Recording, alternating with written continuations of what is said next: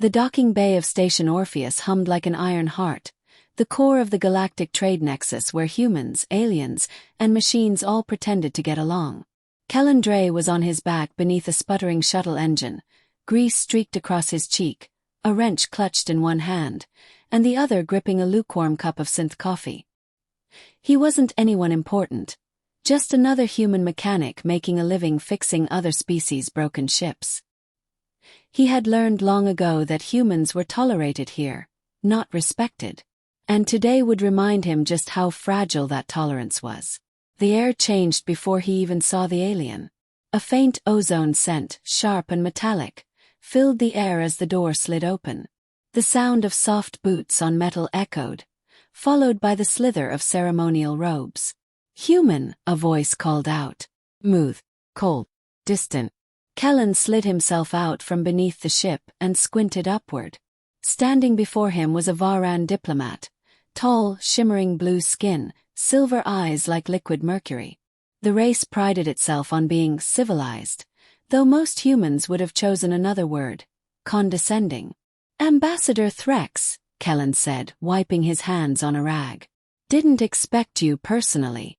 Threx's long fingers twitched. "You delayed my shuttle's repairs by 17 hours. Your incompetence inconvenienced a diplomatic mission of the Varan Empire." Kellen sighed, holding his ground. "Your shuttle's thruster coils were melted through. I had to rebuild the housing. If you want safe travel, it takes time." Threx's eyes glinted. Time. A human always has excuses. The room felt colder. Other mechanics nearby turned away, pretending not to listen. They knew better than to interfere when aliens and humans clashed. Threx stepped closer, his voice lowering to a sneer. "Your kind should remember your place. You serve because we allow you to." Kellen's jaw tightened. "I serve because I work. And I work damn hard." The diplomat's expression hardened. Then, in one deliberate motion, he picked up Kellen's mug from the table, steam still curling from it, and threw it in his face. The coffee was scalding. Kellen stumbled back, clutching his cheek as the burning liquid seared his skin. He gasped, his vision flashing white. The entire hangar froze. Even the hum of the engines seemed to die. Threx's voice rang sharp through the silence. "Next time you delay a Varan, I'll have your species banned from this station." He turned to leave. But he didn't make it 3 steps. Something in Kellen, the quiet patience, the years of humiliation, the constant reminders that humans were lesser, snapped like a frayed wire. He grabbed the nearest tool, a plasma wrench, and hurled it. It struck the deck just inches from Threx's feet, leaving a molten scar on the metal floor. The diplomat froze. Slowly he turned back. "Did you just attack a representative of the Varan Empire?" he hissed. Kellen stood there, breathing hard, coffee dripping from his chin. "No. That was me missing." The alien's eyes flared with disbelief. "You'll beg before I'm done with you." He raised a thin, clawed hand, energy crackling at his fingertips, a display of psionic control. The nearby air vibrated. But before Threx could release it, Kellen spoke.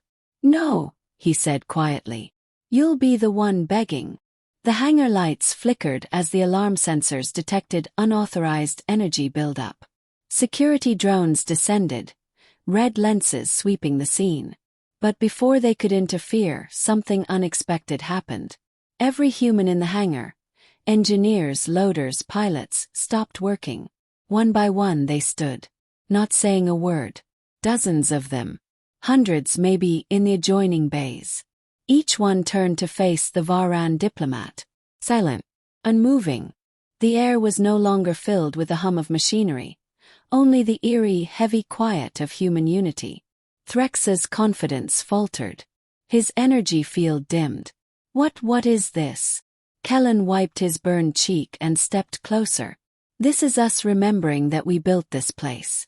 Every shuttle, every reactor, every corridor on this station. We made them work while your kind looked down on us." Threx sneered, but his voice trembled. "You think."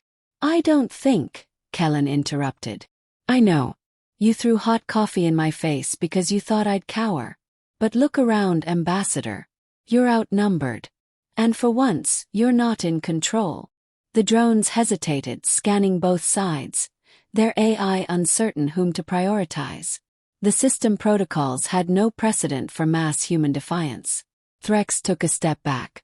You dare threaten a diplomat? No, Kellen said. We just stopped being afraid of one. Minutes passed. The alien's hand trembled.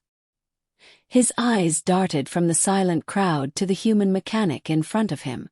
The air had shifted, not physically but spiritually. The quiet power of an oppressed species standing still was more terrifying than any weapon. Finally, Threx's voice cracked. Call them off. Kellen didn't move. Apologize. The word hung in the air like a blade. What? You heard me, Kellen said. His voice calm now, deliberate. You apologize to me for what you did. Threx's silver eyes flicked between the humans. Not a single one looked away. Even the drones seemed to hesitate, their targeting lenses dimming. He swallowed. His pride, ancient and brittle, began to crumble. I regret my actions, he said through clenched teeth. Louder, Kellen said. I said. Louder. I regret my actions. Threx shouted. The echo rang through the hangar, bouncing off metal walls, cutting through silence. Then came the sound of boots, human boots, moving again. Tools resumed clanking. The hum of engines restarted. The galaxy's balance returned.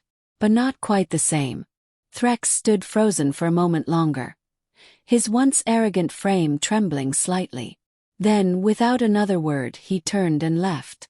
Kellen sat down beside his ship, his cheek blistered and raw, but a faint smile tugged at his lips.